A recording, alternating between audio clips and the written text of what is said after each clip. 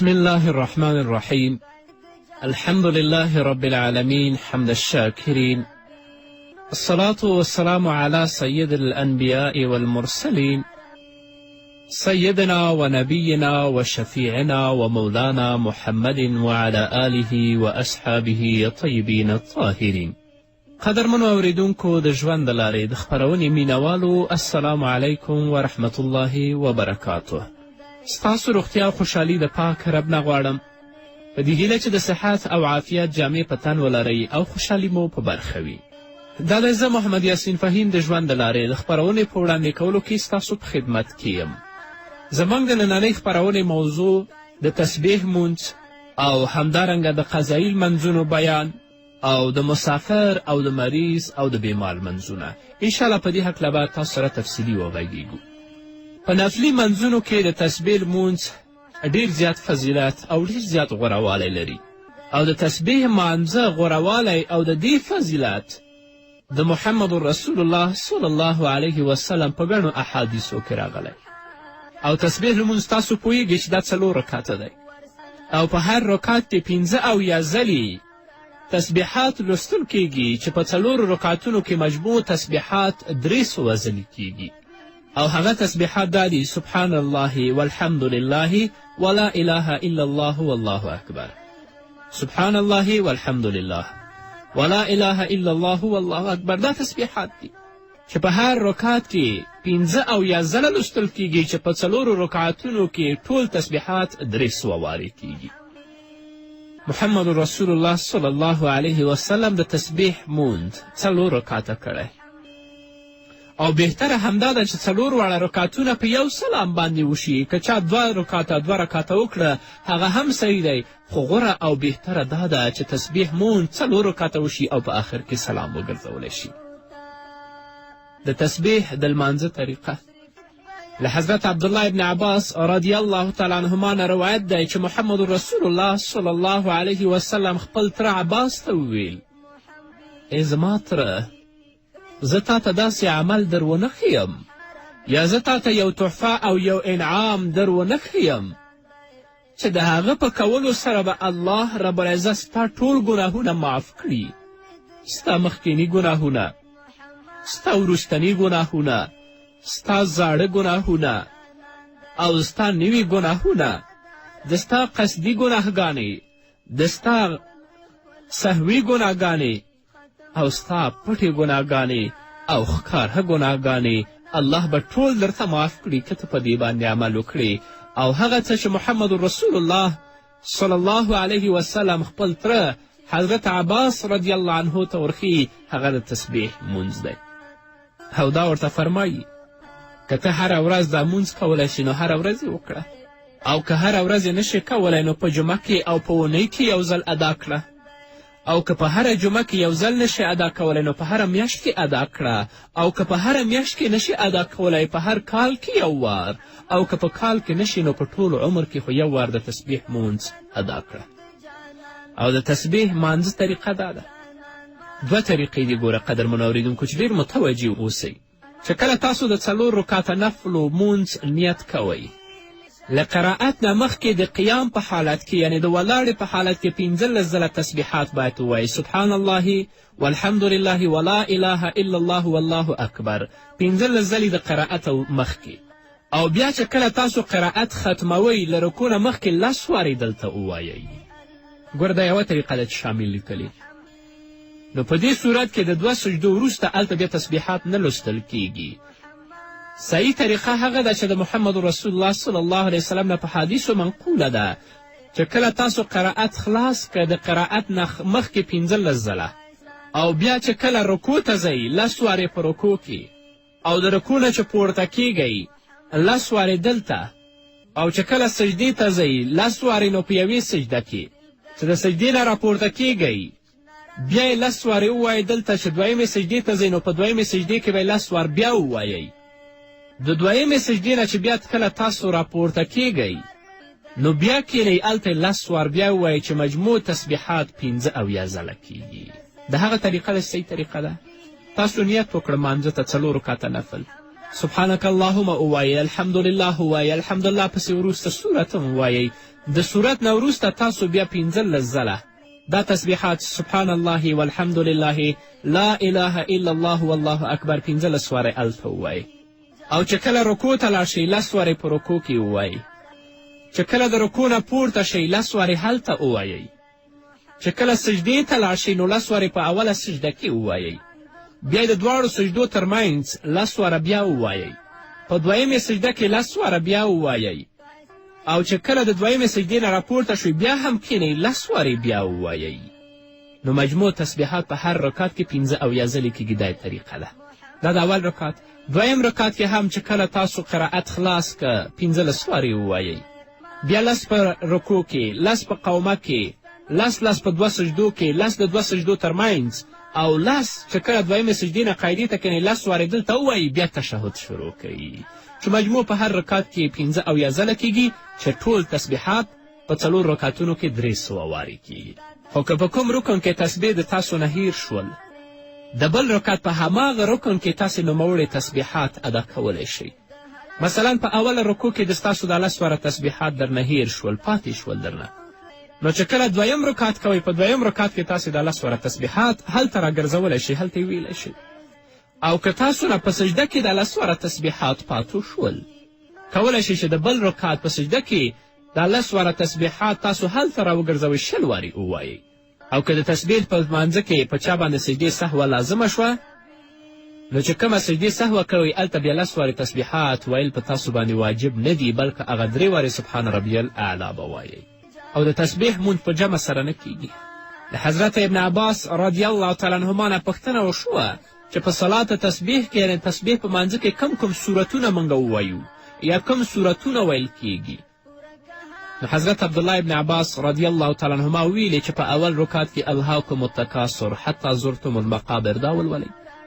په دویم رکعت کې والعصر ان الانسان لفی خسر دا صورت ولولئ.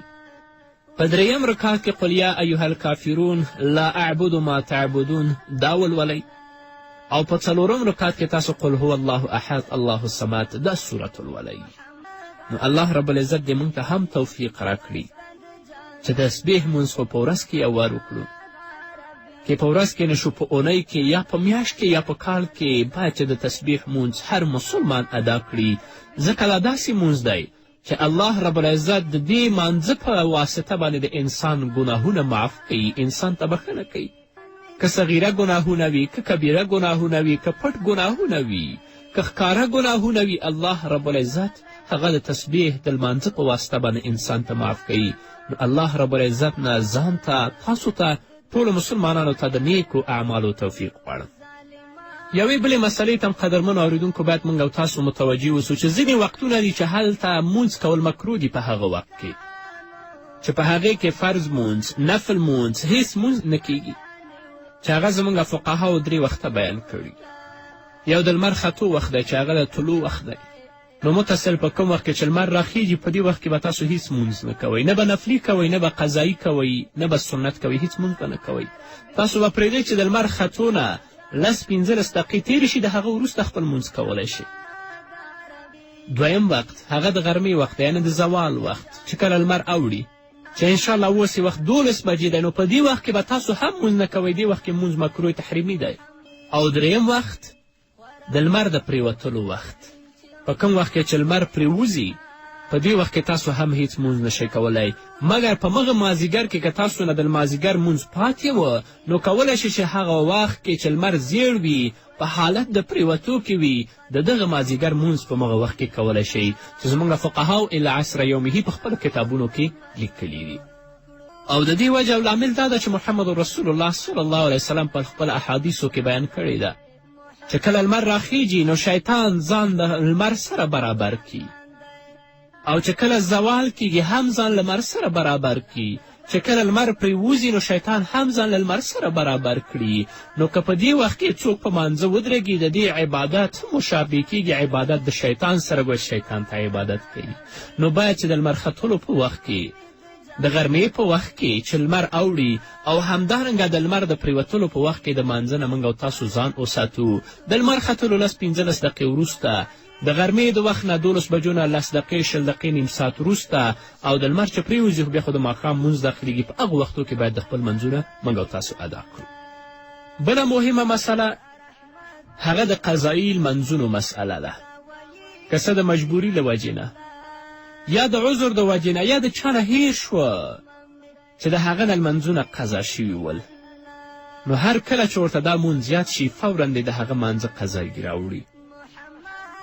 او د قضایي لمنځونو د ادا کولو طریقه دا ده، مثلا که چا څخه د ماسپښین مونځ قضا شوی وي نو ښه خبره دا ده چې د مازدیګر د لمانځه نه د مخکې د هغه قضایي راوړي.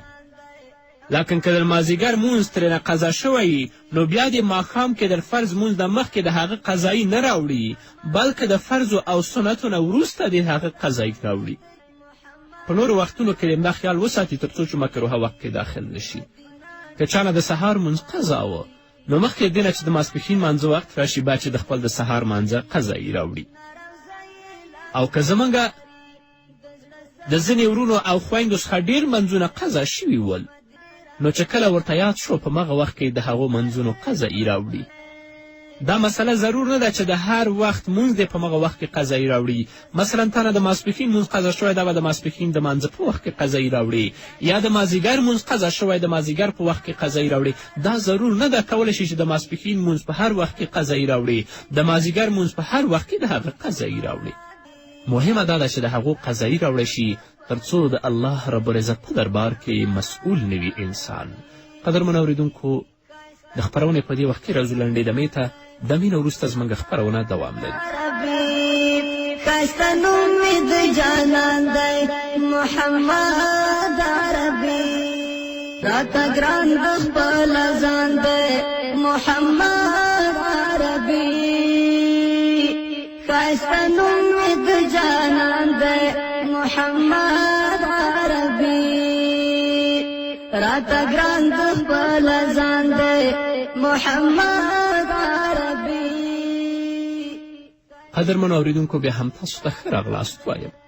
او که د چا نه ډېر زیات منځونه قضا شوي وي چې د هغو شمیر ورته معلوم نه وي او د ټولو منځونو قضایي راوړل البته په یو وخت کې هغه ته مشکل وي، نو در هر مانځه سره د 2 او 3 منځونه قضایي راګرځوي. که 2 او 3 نشي د یو مانځه قضایي خو دې راوړي. هغه څوک چې صاحب ترتیب وي اول به قضایي مونځ ادا کړي او بیا به ورپسې وختي مونځ ادا کړي. مثلا که د چا نه 2 3 4 منځونه قضا شوي وي او که وخت تنګ وي نو بیا د فرض په خپل وخت کې ادا کړي، د هغه نه د وروسته قضایي مونځ راوړي. اما هغه څوک چې صاحب ترتیب نه وي د هغه نه 6 منځونه نه ډېر قضا شوي وي کولی شي چې اول قضایي راوړي او کولی شي چې اول وختي وکړي، خو که وخت تنګ و اول دې وختي وکړي د هغه پسې د وروسته بیا د قضایي منځونو قضا راوړي. او که زموږ یو مسلمان ورور و یا مسلمانه خور وه چې هغه بېلمازه ول، الله ورته راښوونه وکړه د بېلمازي نه توبه ویسته، نو دې ته ضروري ده چې اندازه ولګوي چې له ما څخه به څومره منځونه قضا شوي. نو چې کله هغه اندازه ولګوله چې ما نه به دومره منځونه قضا شوي نو د هر منځه سره د 1 یا 2 منځونه هغه قضایي راګرځوي. او که څوک ډېر سخت مریض وي او هغه سره د مرګ او د مړه کېدلو ویره وي او خپل منځونه یې نه وي پوره کړي، نو ده ته پکار ده چې خپل وارثینو ته وصیت وکړي چې زما نه دونه منځونه پاتې تر څو چې ورثه د هغه منځونو فدیه ورکړي چې د هر منځه فدیه د سرسایې په اندازه ده.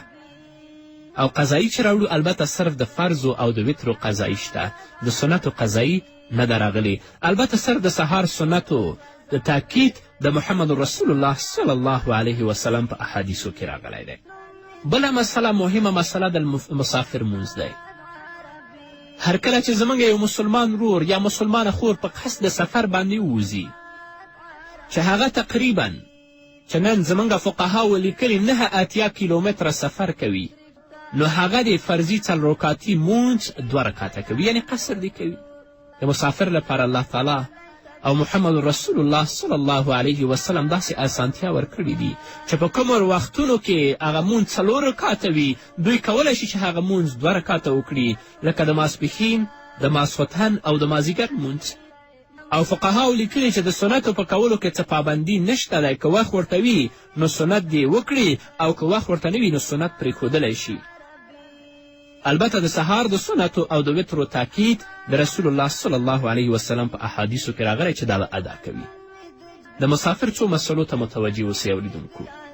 که څوک یو ځای ته سفر وکړي او هلته د اقامت اراده وکړي چې زه به دلته 15 ورځې یم، نو تر څو چې هغه ځای ته رسیږي په لاره کې د ټول مونځ سفرانه کوي، خو چې کله هغه ځای ته ورسېده نو بیا مقیم دی، مونځ دې پوره کوي، قصر نشي کولی.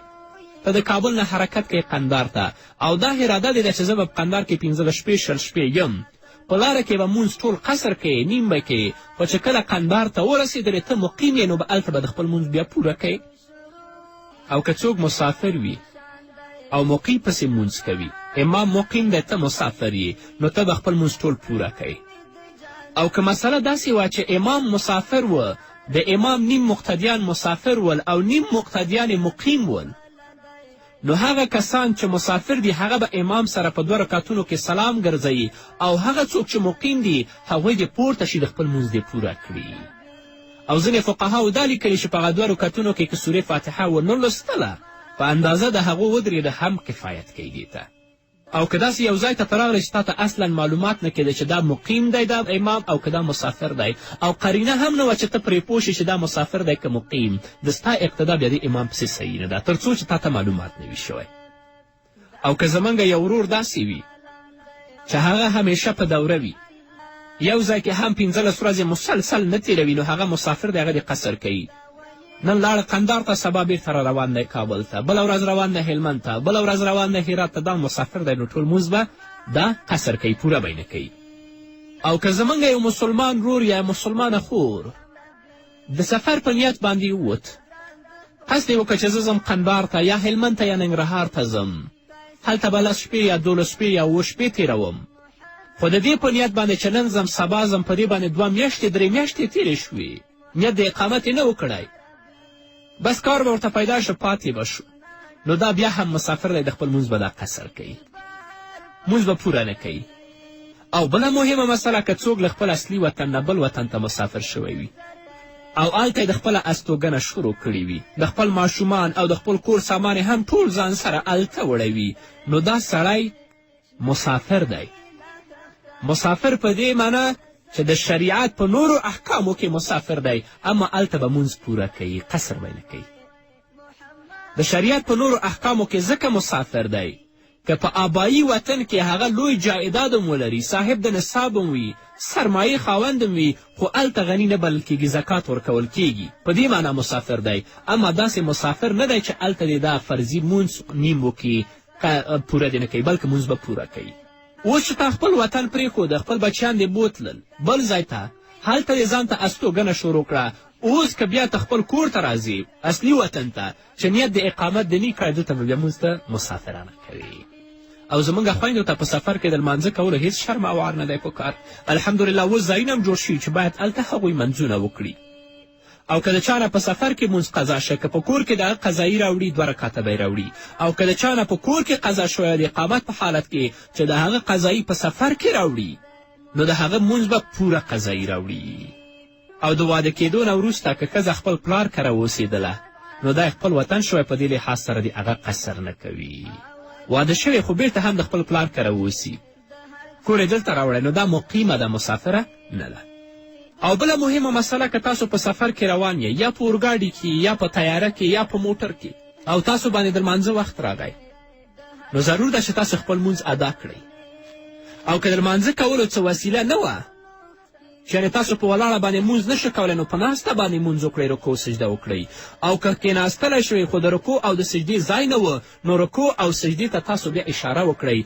البته رکوع ته به سر لږ ټیټوئ او سجدې ته به ډېر زیات سر بیا ټیټوئ، خو مونځ به په هېڅ حالت کې تاسو نه پرېږدئ. بل مونځ هغه د مریض مونځ دی، څو پورې چې د انسان فکر او حواس پر ځای وي، تر هغه پورې ورته په شریعت کې د لمانځه پرېښودلو اجازت نشته. خو له بده مرغه چې نن موږ جوړ تیار یو د دنیا کسب ته او ښه هوښیار یو، خو مانځه ته بیا غافله یو. الله رب العزت موږ ته توفیق نه دی راکړی. که څوک داسې مریض وي چې هغه درېدلی نشي، نو هغه دې په ناسته باندې لمونځ وکړي. په ناسته باندې د رکوع سجده کوي. خو که په ناسته باندې کېناستی شو خو رکوع سجده یې نشوه کولی، رکوع سجدې ته دې بیا اشاره وکړي، رکوع ته دې لږ سر ټیټوي او سجدې ته دې ډېر زیات سر ټیټوي. او که په ناسته اشاره هم نشوه کولی نو په ملاسته یا په اړخ یعنې ډډه دې ووهي او د سر په اشارې سره دې د خپل لمونځ ادا کړي.